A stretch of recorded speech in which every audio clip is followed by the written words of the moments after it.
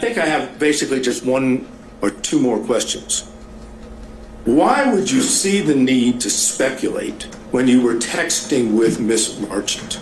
I think we did cover that one, Mr. Sadow. I think that exact question was already put to him. What would be the next one?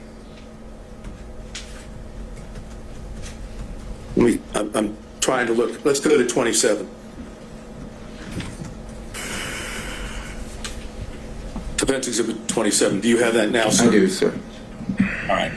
Would you look at it and tell me whether or not the Defense Exhibit 27 appears to be accurate? Because I want to seek to introduce it into evidence. It consists of an email to you from Ms. Merchant and a text response from you, correct? But the text response was not in response. So yes, it does consist of the email and a text response. I'm not saying that the text response applies to the entire email that was sent. All I've asked you right now is, is the email and the text, are those accurate in the interaction that makes up Defense Exhibit 27? As it applies to the stapling of the email and the stapling of a text message chain, yes, that is Defendant's Exhibit 27. This is, it's accurate. Okay, I would move Defense Exhibit 27 in. I believe it was treated the same way as 26 last time. Same objections, Mr. Abadi? Yes, Judge. All right, overruled. Any other objections from defense counsel? Seeing none, Defendant's Exhibit 27 is admitted. All right. Anything else? Your Honor, I don't know. Yeah, I don't know whether you'll find this objectionable or not. I'll ask it, obviously. All right. Mr. Bradley, you realize that if you were to testify under oath, that you knew from Mr. Wade that the relationship between him and Miss Willis existed before the contract in November 1st of 2021, that if you testified that you knew that from Mr. Wade, that would show that both Miss Willis and Mr. Wade had lied under oath. You know that, don't you? I think that's going to call for an opinion on the credibility of another testifying witness, so I don't think that would be an appropriate question. Then that's all I have, Your Honor. Thank you, Mr. Sadow. Mr. Stockton. Just briefly, Judge. We'll see. Mr. Bradley, do I understand from your prior testimony that Ms. Merchant sent you a motion to review prior to her filing it? Objection. Calls for cumulative answers. Right. I'm going to give him just a little bit. All right, Mr. Stockton. Maybe this is going somewhere else. Did Mrs. Merchant send you a motion prior to January 8th of 2024 for you to review? That is correct. And did you in fact review that motion? That is correct. And did you indicate to Ms. Merchant that the contents of that motion seemed okay to you? Well, so you're referring to Exhibit 27, which, as I stated a few minutes ago, one is an email, one is a text chain. So in the text chain, when I never responded to the email, I never responded looks good or anything to the email that was sent to me. However, in the text chain, what you all are trying to merge together is the fact that I was asked about the contract, and that contract was $74,000, and me being added back to that. So when I said, and I think before that in that text, it referred to me being added back, and at that time I said yes, looks good. And you're aware and you recall that when Ms. Merchant presented you with that motion, she asked you not to disclose it to anyone until she filed it. Is that correct? We are covering, I think, the last 5 or 6 questions. We've covered ground. Let's get to that ultimate point. I'm trying to get there, Judge, I promise you. Okay. Repeat the question, I'm sorry. She asked you not to disclose that motion to anybody until she filed it, correct? I think so. I think that was in the text message, yes. And you knew, in fact, it was her intention to file that motion, correct? The actual motion that she, that was sent, Yes. I knew that she was going to file a motion, yes. I do not think that that was the final draft, or it could have been that she was working on it, but yes, I knew that she was going to file some motion, yes. And you knew that she presented that motion to you for your review so that she could make sure it was accurate, correct? Your Honor, I'm going to object. All this is asked and answered in cumulative. All right, noted. I think Mr. Stockton's getting to the next point, so why don't we just ask that one? Is that correct? Did you? Why don't we combine that with the next question, so we're not having to lay bit by bit every single time. Mr. Bradley, you knew that Mrs. Merchant was relying on your review to ensure the accuracy of that motion prior to filing it, correct? Speculation as to what he knew that Miss Merchant knew. No, I'd overrule that. Mr. Bradley? No, so once again, I was excluded from the footnote of that motion, and my review of it, and I said, hey, you need to add me back to the footnote because I did have a contract and I did receive $74,000. And if I may help you out, let's talk just about that part of the motion that deals with the relationship between the District Attorney Willis and Mr. Wade.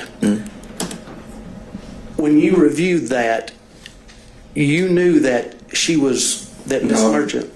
No, I did not know that she was relying on me for any relying on me for any accuracy other than what was put in there about the $74,000. Mr. Bradley, if there was something patently false in that motion, you would have told Miss Merchant, wouldn't you?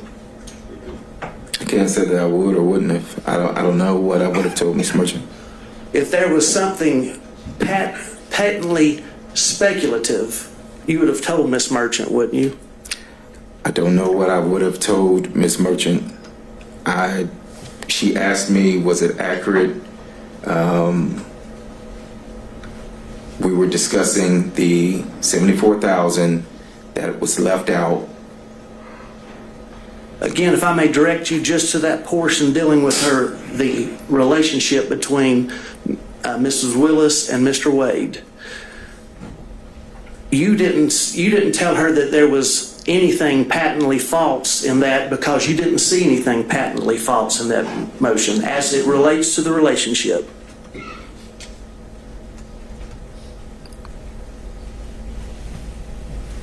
Repeat your question, I'm so sorry. You did not inform Mrs. Merchant that there was anything patently false in that motion that you were presented with as it concerns the relationship because you did not see anything that was patently false, correct? Objection asked and answered cumulative. All right, next question, Mr. Stockton.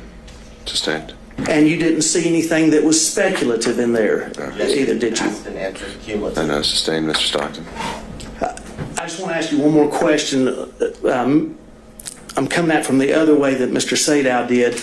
Did anybody from the district attorney's office or any witnesses in this case contact you about Ms. Merchant's motion from January the 8th of 2004 until today?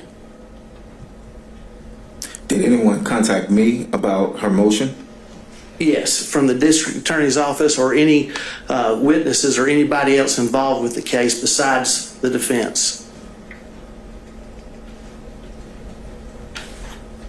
Other than the only personal call that I had was with Gabe Banks. I never spoke to anyone else to my knowledge, he's not a part of this, so. That's all I got, Judge. Thank you, Mr. Stockton. Mr. Durham, if you're still with us. No question, Joe. Thank you, sir. Mr. McDougall.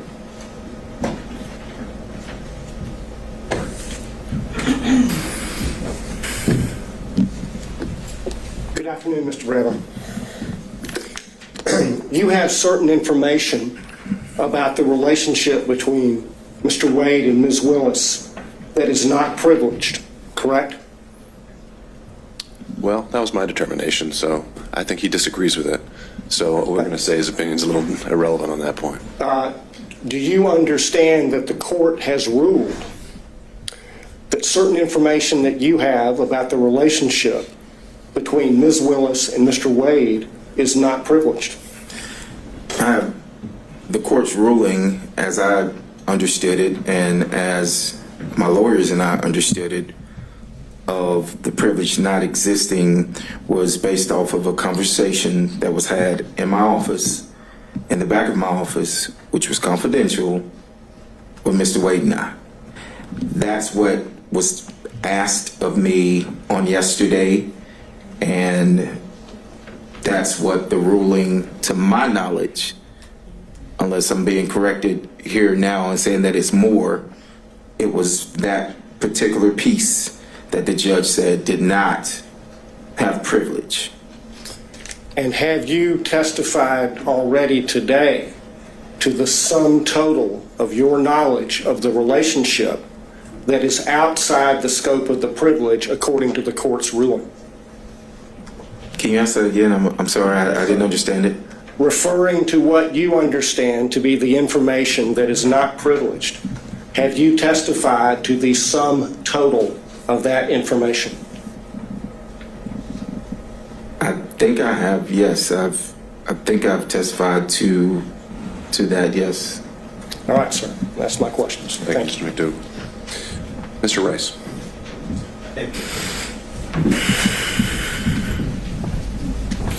Mr. Bradley, at least as of February 15th, when you first testified, you said that you still considered yourself a I think I said that, yes. I think I did, yes. and you've been friends with Mr. Wade for over 10 years, correct? That would have been fairly accurate, yes. And you recall communicating with Ms. Merchant about this case and about Mr. Wade and Ms. Willis's relationship, correct? I'm going to object as to past and answered and cumulative by all three of the previous. Sure. We don't have to lay that foundation. Why don't we combine it with the next question where you've got a new point to make? Okay. Mr. Bradley, when you communicated with Ms. Merchant, did you tell her any lies about Mr. Wade and Ms. Willis's relationship?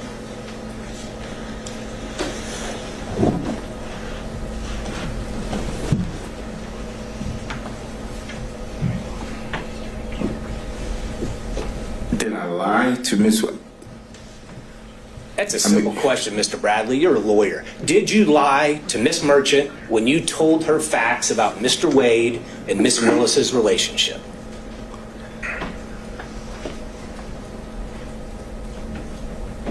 Not that I recall. I don't recall.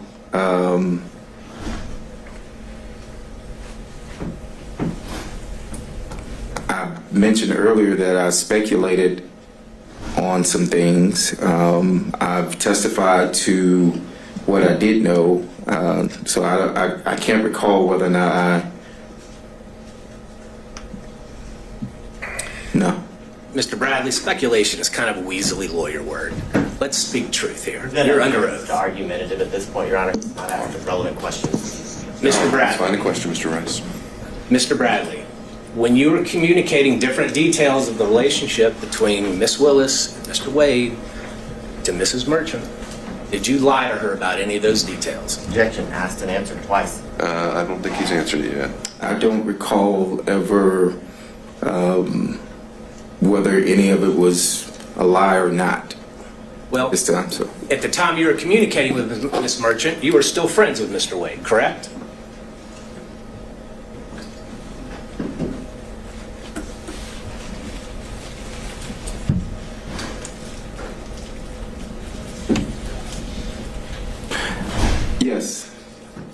And at the time you were communicating with Ms. Merchant, you knew that she was talking to you in her role and capacity as an attorney in this case, correct?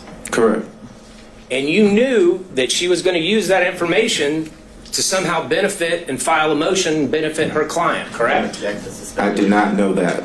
Okay. So I did not, oh, I'm sorry. So as an attorney yourself, you are testifying here under oath that you had no idea what Miss Merchant was going to do with all the details that you were giving her about Wade and Willis's relationship.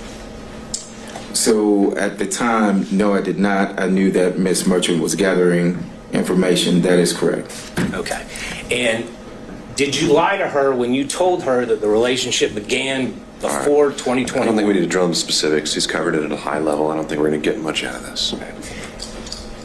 Mr. Bradley, isn't it true the only thing that has really changed? Well, when you were speaking to Ms. Merchant, whether by text or by telephone, you never said to her that I don't remember or that I'm speculating, correct? I don't recall. Well, you've looked through a whole lot of text messages. Do you remember ever seeing any communication from you that said, I don't remember?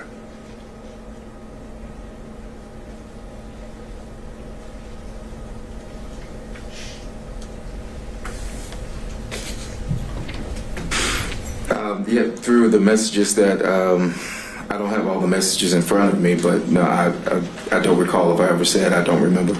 Do you recall seeing any text messages where you replied to her or gave her details where you said, I am speculating about this detail? No, I never used the word speculating, no.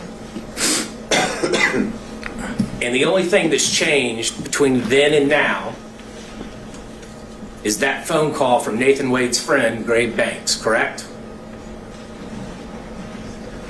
No, well, Gabe was my friend, and I actually stated that the first day that I was here was that I've known Gabe for a few years, and that we are fraternity brothers. And so I never said that that anything changed behind Gabe Banks. So you never told Miss Merchant that you were worried that they were threatening you? Objection, asked and answered like he was asked this on February 16th and today. Mr. Rice, we've covered this. And just to be clear, you didn't attend college with Mr. Banks, did you? I did not attend college with Mr. Banks. When you referred to him as your fraternity brother, y'all just both happened to have pledged the same fraternity, different colleges, different chapters. Well, that's what we consider fraternity brothers, yes, sir. And as a normal course of your relationships with your friends, do you pass on lies about your friends?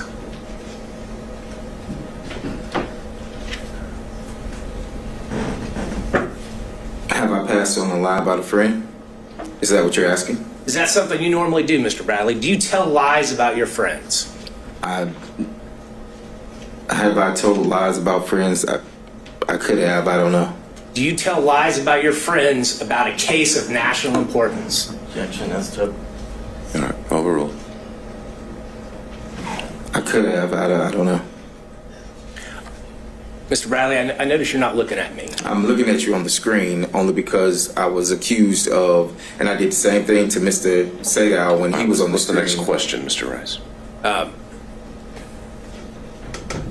No further questions, Judge. I think it's clear. Thank you, sir. Mr. Gillen.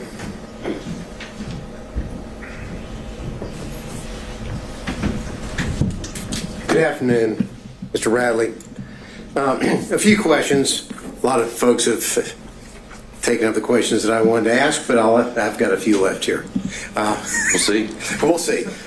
You said Mr. Bradley, you said you didn't know what Ms. Merchant was going to be doing with the motion that she sent you. You remember that testimony a few minutes ago? I think I said I didn't know that. I knew that she was gathering information, yes. Well, let's look at the title of the motion that she sent you.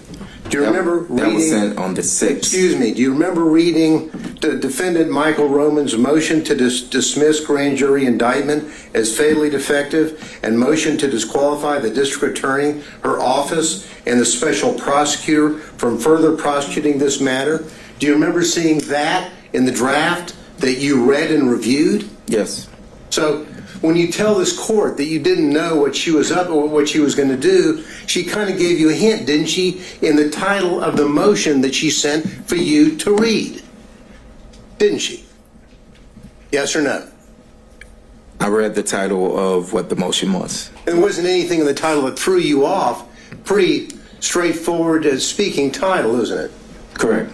So you knew that what she wanted was information from you so that she could then file a motion to dismiss the grand jury indictment, to motion to disqualify the district attorney and her office and the special prosecutor from further prosecuting the matter, right? I'm going to object to speculation. You knew that, didn't you? Overruled. Yes or no? When she sent that motion, yes. Okay. And you knew that the special prosecutor that to whom she was referring in that motion was Mr. Wade, correct? You knew that. Yes. Because you read the motion, you said you reviewed it, correct? Yes. And we're not going to go over all of the, number one, because we don't have time, and number two, the court wouldn't let me. But there are a few things that I do want to ask you about in that response, in that aspect. Now, in that motion that you said you reviewed, on page 6 of that motion, well, on page 5 it starts off with, how do we know this? And there's a question mark. No All objection, right. you're saying. Yeah, Mr. Gillen, I can appreciate what you're doing. I think that's something you can do at argument. He's said as a whole that he got the motion, and he's had his response as to his opinion of how he handled it. I don't see, again, this really being necessary to go through it line by line of what. Well, a little indulgence, Your Honor. I'm not going to go. This isn't going to be a 40-minute death march through the motion.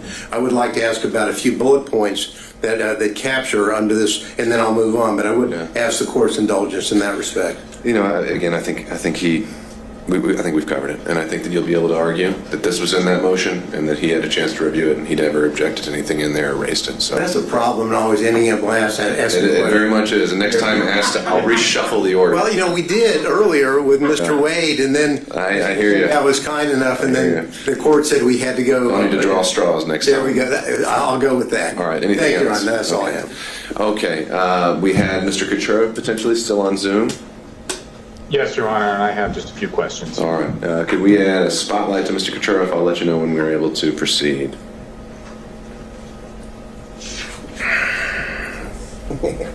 Judge, before he starts, can I take a 5-minute restroom? It's been Absolutely. 2 hours. Yeah, we've been going 2 hours, so let's come back at 4 o'clock. I'll also note for the record that we received a notification from Mr. Cromwell on behalf of Ms. Latham, and he said he was waiving her presence. And I don't know if he later decided to join us by Zoom, but I don't think he was electing to log in. So after Mr. Kucherov, just in terms of timing, Mr. Abadi, do you have any expectation of how long your, if any, questioning would last? I don't imagine my question will be very long. Okay, well, let's get back in at 4 o'clock. Mr. Bradley, you can just step out of the jury room.